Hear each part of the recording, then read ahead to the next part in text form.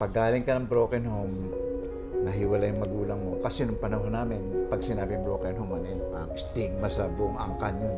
Kaya hindi, dala-dala ko yun. So, at that time, syempre, hindi ako, palagi lipat ng bahay.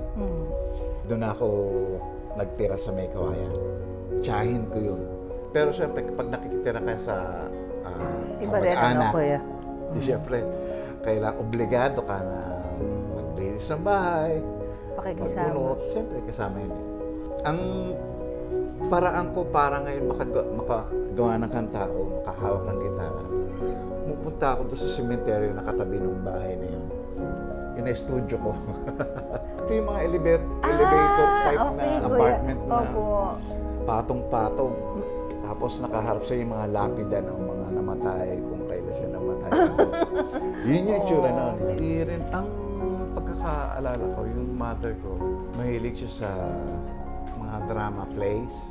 Pag meron siyang bisita, patatayuin niya ako sa lamesa para kumanta sa bisita niya. Opo. That's it.